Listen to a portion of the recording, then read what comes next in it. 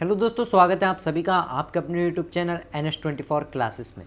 आज हम आपके लिए 100 वन लाइनर क्वेश्चन लाए हैं जो कि आपके एग्ज़ाम के पॉइंट ऑफ व्यू से बहुत इम्पोर्टेंट हैं और ये क्वेश्चन ऐसे हैं जो कि एग्ज़ाम में अक्सर आपको देखने को मिलते हैं। तो देखते हैं। पहला क्वेश्चन है, जीव विज्ञान शब्द का प्रयोग सर्वप्रथम लेमार्क और ट्रेविरेनस ने कब किया था? तो आपका आंसर होगा 1801 में। ठीक है। नेक्स्ट क्वेश्चन है, जीव विज्ञान में मधुमक्खी पालन के अध्ययन को क्या कहते हैं? तो इसका आंसर है एपीकल्चर। आपका आंसर होगा एपीकल्चर। नेक्स्ट क्वेश्चन है, कवक यानी फंगस के अध्ययन को क्या कहा जाता है? तो कहते हैं माइकोलॉजी। क्या कहते हैं? माइकोलॉजी। नेक्स्ट क्वेश्चन है, कीटो यानी इंसेक्ट्स के अध्ययन को क्या कहते हैं? तो इसका आंसर है एंटोमोलॉजी। एंटोमोलॉजी। पक्षियों के अध्ययन को कहते हैं आर्निथोलॉजी। ठीक है। फलों के अध्ययन को कहते हैं पोमोलॉजी और जो शैवाल होते हैं, शैवाल के अध्ययन को कहते हैं फाइकोलॉजी। क्या कहते हैं? फाइकोलॉजी। और रेशम कीट पालन के अध्ययन को क्या कहते हैं? सेरिकल्चर। क्या कहते हैं? सेरिकल्चर। जो फूल होते हैं, फूलों के अध्ययन को कहते हैं एंथोलॉजी। क्या कहते हैं? एंथोलॉजी। नेक्स्ट क्वेश्चन है, मछलियों के अध्ययन को क्या कहते हैं? मछलियों के अध्ययन को कहते हैं इच्थियोलॉजी। क्या कहते हैं? इच्थियोलॉजी। ठीक है। अब मछलियों को पालने का अध्ययन क्या कहलाता है? तो आप वो कहलाता है पिसिकल्चर। क्या कहलाता है? पिसिकल्चर। जीव विज्ञान में छिपकली के अध्ययन को क्या कहते हैं? तो आपका आंसर है सोरोलॉजी। ठीक है। जीव विज्ञान का जनक किसे कहा जाता है? तो ये कहा जाता है अरस्तु को। किसे कहा जाता है? अरस्तु को। अब अरस्तु द्वारा समस्त जीव को कितने समूह में विभाजित किया गया था? तो आपका आंसर है 2। पहला जंतु समूह और दूसरा वनस्पति समूह। ठीक है। कितने? 2 भागों में। ठीक है। जंतु जगत और वनस्पति जगत। ठीक है। इसे एक एनिमल किंगडम और प्लांट किंगडम। ठीक है। नेक्स्ट क्वेश्चन है आपका, सिस्टमा नेचुरे नामक पुस्तक किसने लिखी है? तो आपका आंसर है कैरोलस लिनियस। किसने? Carolus Linnaeus. ठीक है। अब नेक्स्ट क्वेश्चन है आपका, कैरोलस लिनियस ने जीवधारियों को कितने जगतों में विभाजित किया था? तो आपका आंसर है 2 जगतों में, जंतु जगत और पादप जगत। ठीक है। यानी एनिमल किंगडम और प्लांट किंगडम। ठीक है। क्वेश्चन नंबर आपका अगला है, क्वेश्चन नंबर 17, आधुनिक वर्गीकरण का पिता किसे कहा जाता है? तो आपका आंसर होगा कैरोलस लिनियस को। ठीक है। नेक्स्ट क्वेश्चन है, सर्वप्रथम जीवों के द्विनाम पद्धति को किसने शुरू किया था? तो आपका आंसर है लिनियस ने। नेक्स्ट क्वेश्चन है, सर्वप्रथम 1969 में जीवों को 5 जगत प्रणाली में किसने वर्गीकृत किया था? तो आपका आंसर होगा व्हिटेकर। किसने? व्हिटेकर ने 5 जगत किया था, मोनेरा, प्रोटिस्टा, पादप, कवक और जंतु। ठीक है। 5 भागों में विभाजित कर दिया था इसे। नेक्स्ट क्वेश्चन है, सभी प्रोकैरियोटिक जीवों को किसके अंतर्गत रखा गया है? तो आपका आंसर होगा मोनेरा। मनुष्य का वैज्ञानिक नाम है, आपका आंसर है होमोसेपियन। मटर का वैज्ञानिक नाम पिसम सेटियम। क्या नाम है? पिसम सेटिवम। ठीक है। चना का वैज्ञानिक नाम है सीसर। चने का वैज्ञानिक नाम है सीसर एरिटिनम। क्या नाम है? सीसर एरिटिनम। मेंढक का वैज्ञानिक नाम है राना टिग्रिना। बिल्ली का वैज्ञानिक नाम है फेलिस डोमेस्टिका। कुत्ते का वैज्ञानिक नाम है कैनिस फैमिलियरिस। ठीक है। और आम का वैज्ञानिक नाम है मैग्नीफेरा इंडिका। मक्खी का वैज्ञानिक नाम है मूस्का डोमेस्टिका। और जो सरसों होती है, सरसों का वैज्ञानिक नाम है ब्रासिका कैम्पिस्ट्रस। ठीक है। और गेहूं का वैज्ञानिक नाम है ट्रिटिकम एस्टिवम। और धान का वैज्ञानिक नाम है ओरिजा स्टीवा। ठीक है। नेक्स्ट क्वेश्चन है, द्विनाम पद्धति में पहला शब्द किसका पहचान बताता है? तो आपका आंसर है वंश की। क्या है कि? वंश की। ठीक है। द्विनाम पद्धति में दूसरा शब्द किसकी पहचान बताता है? तो आपका आंसर होगा जाति की। ठीक है। पहला जो है वंश की पहचान दर्शाता है और दूसरा जाति को दर्शाता है। नेक्स्ट क्वेश्चन है, कोशिका विज्ञान में जीव द्रव्य यानी प्रोटोप्लाज्म का नामकरण सर्वप्रथम किसने किया था? तो आपका आंसर होगा पुरकिंजे ने। किसने? पुरकिंजे ने। यह हम ऑलरेडी आपको पढ़ा चुके हैं, तो अगर आपने वीडियो नहीं देखी तो आपको प्लेलिस्ट का लिंक डिस्क्रिप्शन में मिल जाएगा, आप सारी वीडियो देख लीजिए, ठीक है। ये वाला क्वेश्चन हम आपको करा दिया था ऑलरेडी, इसके बारे में हमने बहुत डिटेल में पढ़ा था। और नेक्स्ट क्वेश्चन है, जीवन का भौतिक आधार किसको कहा जाता है? तो आपका आंसर होगा जीव द्रव्य, ठीक है। नेक्स्ट क्वेश्चन है, द्विनाम पद्धति में पहला शब्द किसकी पहचान बताता है? ये तो सेम हो गया, ठीक है। नेक्स्ट क्वेश्चन है, कोशिका शब्द का प्रयोग सर्वप्रथम किसने किया था? तो आपका आंसर होगा रॉबर्ट हुक ने। किसने? रॉबर्ट हुक ने। और कब किया था ये? 1665 ईस्वी में। कब? 1665 ईस्वी में। नेक्स्ट क्वेश्चन है, सबसे छोटी कोशिका किसकी होती है? तो आपका आंसर होगा माइकोप्लाज्म। माइकोप्लाज्म की सबसे छोटी कोशिका होती है, ठीक है। ये पूरा नाम उसी का है, माइकोप्लाज्म गैलीसेप्टिकमा, ठीक है। और जो सबसे बड़ी कोशिका होती है वो होती है शत्रुमुर्ग का अंडा। अब आपको शत्रुमुर्ग का अंडा, तो शत्रुमुर्ग का जो अंडा होता है वो कोशिका के रूप में ही होता है, ठीक है। या एक तरीके से कह सकते हैं शत्रुमुर्ग के अंडे की कोशिका, ठीक है। वैसे ज़्यादा अच्छा ही होगा शत्रुमुर्ग का अंडा अगर आप डायरेक्ट कहें तो, ठीक है। सबसे लंबी कोशिका किसकी होती है? तो तंत्रिका तंत्र की।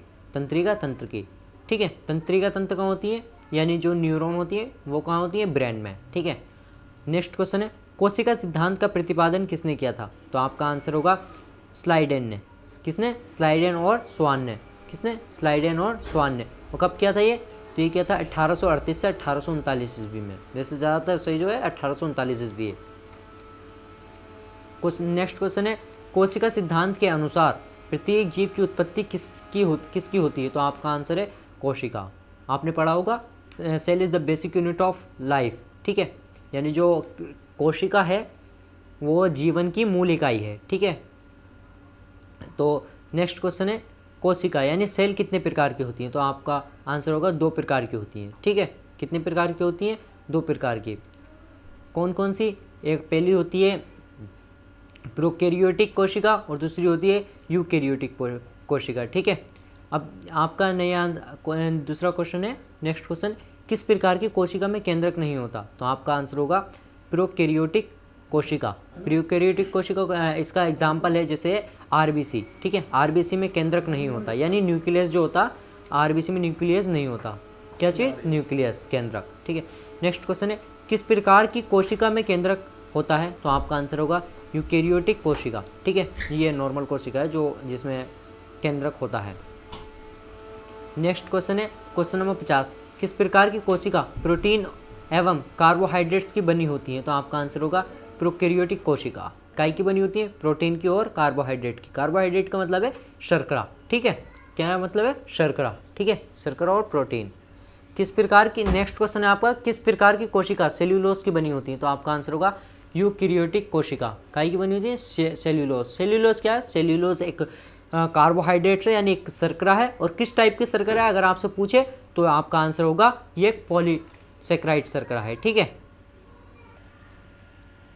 ठीक है, ये आपका एक पॉलीसेक्राइड है। नेक्स्ट क्वेश्चन है, किस प्रकार की कोशिका में माइक्रोकॉन्ड्रिया अनुपस्थित होता है, यानी माइक्रोकॉन्ड्रिया उसमें नहीं होता? तो आपका आंसर है प्रोकैरियोटिक कोशिका। क्या? प्रोकैरियोटिक कोशिका, ठीक है। किस प्रकार की कोशिका में माइटोकॉन्ड्रिया उपस्थित होता है? तो आपका आंसर होगा यूकैरियोटिक कोशिका, ठीक है। यूकैरियोटिक कोशिका। नेक्स्ट क्वेश्चन है, किस प्रकार की कोशिका में लाइसोसोम अनुपस्थित होता है? तो आपका आंसर होगा प्रोकैरियोटिक कोशिका, ठीक है। नेक्स्ट क्वेश्चन है, किस प्रकार की कोशिका में लाइसोसोम उपस्थित होता है? तो आपका आंसर होगा यूकैरियोटिक कोशिका, ठीक है। नेक्स्ट क्वेश्चन है, किस प्रकार की कोशिका में डीएनए एकल सूत्र के रूप में मौजूद होते हैं? तो आपका आंसर होगा प्रोकैरियोटिक कोशिका। क्या आंसर होगा? प्रोकैरियोटिक कोशिका।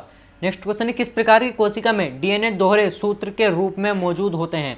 तो आपका आंसर होगा यूकैरियोटिक कोशिका, ठीक है। नेक्स्ट क्वेश्चन है, प्रोकैरियोटिक कोशिका में शोषण किसके द्वारा होता है? तो आपका आंसर होगा प्लाज्मा झिल्ली, के द्वारा, ठीक है, प्लाज्मा झिल्ली के द्वारा। क्या रहा होगा आपका आंसर? प्लाज्मा झिल्ली, जिसे क्या कहते हैं? प्लाज्मा मेम्ब्रेन कहते हैं। इसे क्या कहते हैं? Plasma membrane. एक होती है सेल वॉल, जिसे क्या कहते हैं? कोशिका भित्ति कहते हैं, लेकिन ये प्लाज्मा झिल्ली है, जिसे कहेंगे प्लाज्मा मेम्ब्रेन या सेल मेम्ब्रेन भी से कहते हैं, ठीक है। नेक्स्ट क्वेश्चन है, यूकेरियोटिक कोशिका में श्वसन किसके द्वारा होता है? तो आपका आंसर होगा माइक्रोकॉन्ड्रिया।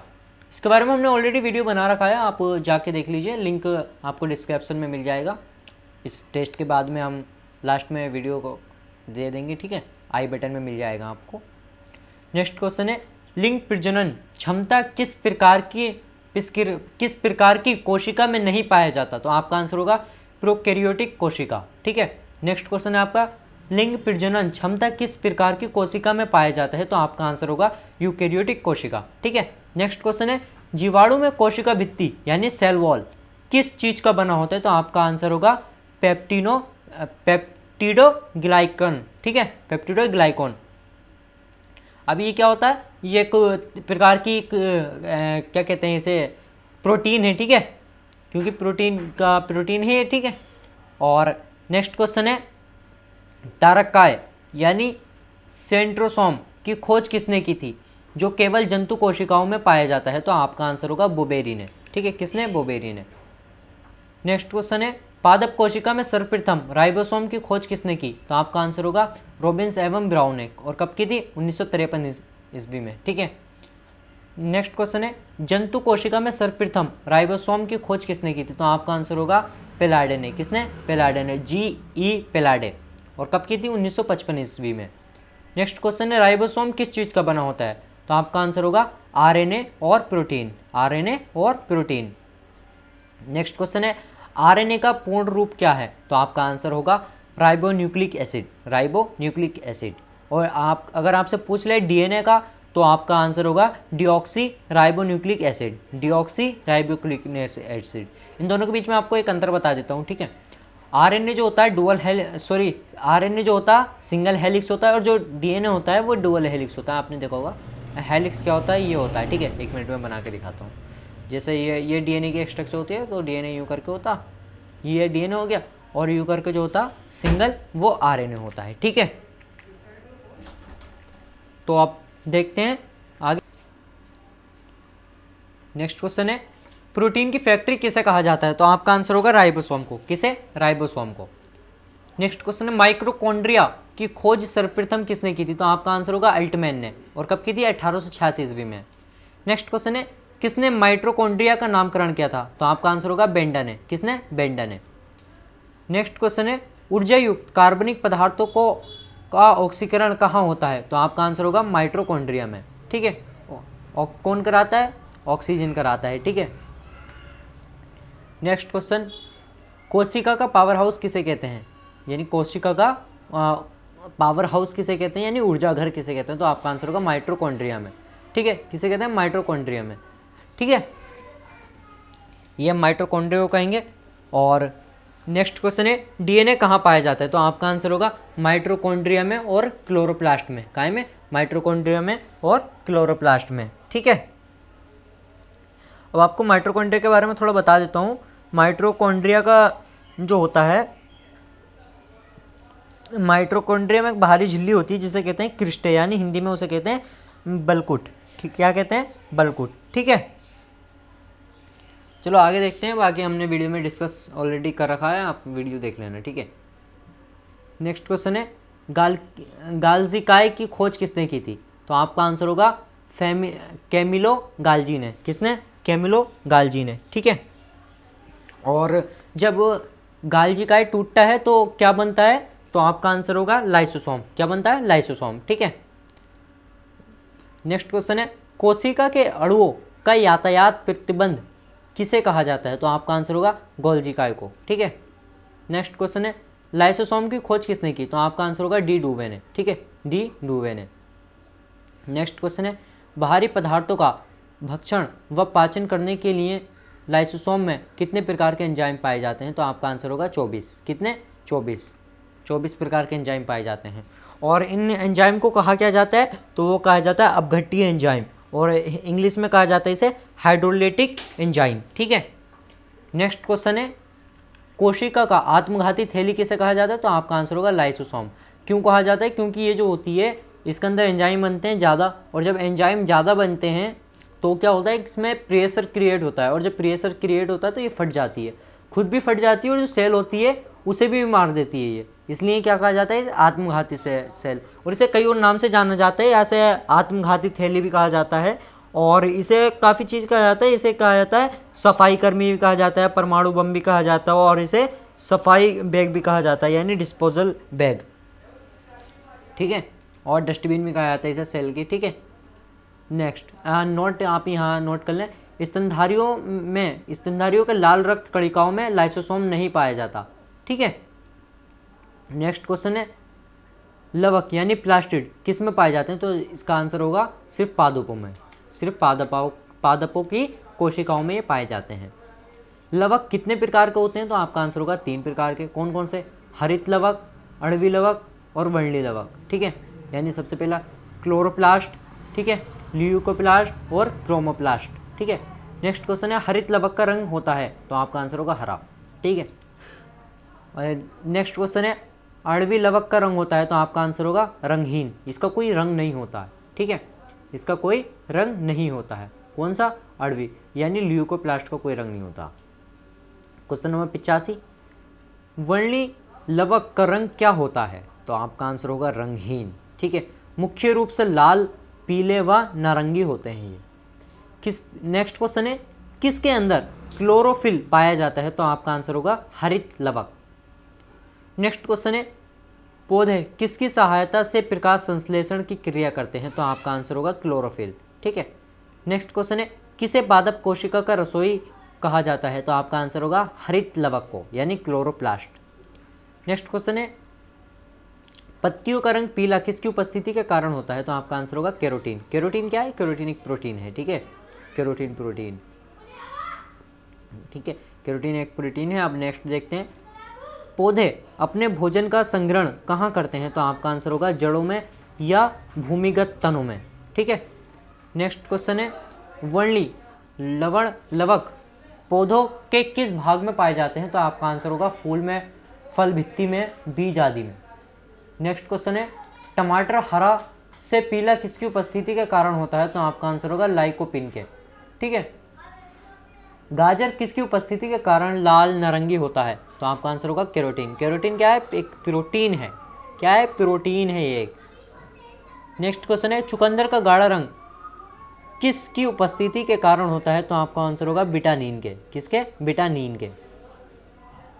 नेक्स्ट क्वेश्चन है कोशिका का सबसे प्रमुख अंग कौन सा है? तो आपका आंसर होगा केंद्रक, यानी न्यूक्लियस। ठीक है, नेक्स्ट क्वेश्चन है केंद्रक द्रव्य में धागेनुमा पदार्थ के जाल को क्या कहते हैं? तो आपका आंसर होगा क्रोमेटिन। क्या होगा? क्रोमेटिन। ये धागेनुमा होती है, यानी thread like structure. Next question है क्रोमेटिन किस प्रकार का बना होता है? सॉरी, किस चीज़ का बना होता है? तो आपका आंसर होगा प्रोटीन का और डीएनए का। काय का? डीएनए का और प्रोटीन का। ठीक है, काय का? प्रोटीन का और डीएनए का। ये आपको याद रखना है, ये बहुत ज़रूरी पॉइंट है। ठीक है, अब नेक्स्ट देखते हैं। नेक्स्ट क्वेश्चन है मानव में गुणसूत्र यानी क्रोमोसोम की संख्या पाई जाती है? तो आपका आंसर होगा 23 जोड़ी, यानी 23 पेयर पाए जाते हैं। टोटल जो है 46। ठीक है, अब इसमें जो होते हैं 46 टोटल होते हैं, 23 जोड़ी होते हैं। तो इसमें भी 2 प्रकार के होते हैं। मानव शरीर में 2 प्रकार के होते हैं। कौन कौन से होते हैं वो आपको बता देता हूँ। ये 2 प्रकार के होते हैं, एक होते हैं ऑटोसोम और एक होता है एलोसोम। क्या? कौन कौन से? एलोसोम और ऑटोसोम। ठीक है, ये जो होते हैं, अब आराम से पूछ ले ऑटोसोम कितने प्रकार के होते हैं और ओलेसोम कितने प्रकार के होते हैं? तो ये सॉरी मतलब कितने कितने होते हैं? तो जो 22 होते हैं वो तो होते हैं ऑटोसोम, और एक जोड़ी होते हैं एलोसोम। ठीक है, जिसमें एक जोड़ी एलोसोम होते हैं जिसमें XY होते हैं मेल में और फीमेल में होते हैं XX, और जो 22 जोड़ी होते हैं वो कॉमन होते हैं मेल में और फीमेल में। ठीक है, नेक्स्ट क्वेश्चन है चिंपैंजी के गुणसूत्र यानी क्रोमोसोम की संख्या पाई जाती है? तो आपका आंसर होगा 24 जोड़ा। ठीक है, कितनी? 24 जोड़ा, यानी जो मनुष्य होता है उससे एक एक जोड़ी भर्ती पाई जाती है। ठीक है, यहाँ तक क्लियर है आपका। तो आज के लिए बस इतना ही, और अगर वीडियो आप पसंद आई हो तो लाइक करना ना भूलें, कमेंट करके हमें बताएं ये वीडियो कैसा लगा, और अपने दोस्तों के साथ शेयर करें। अगर आपने अभी तक हमारे चैनल को सब्सक्राइब नहीं किया है तो सब्सक्राइब कर लें, और टेलीग्राम चैनल ज्वाइन कर लें, जिससे आपको सारी PDF मिलती रहें और भी मटेरियल आपको वहाँ पर मिलता रहे। Thanks for watching.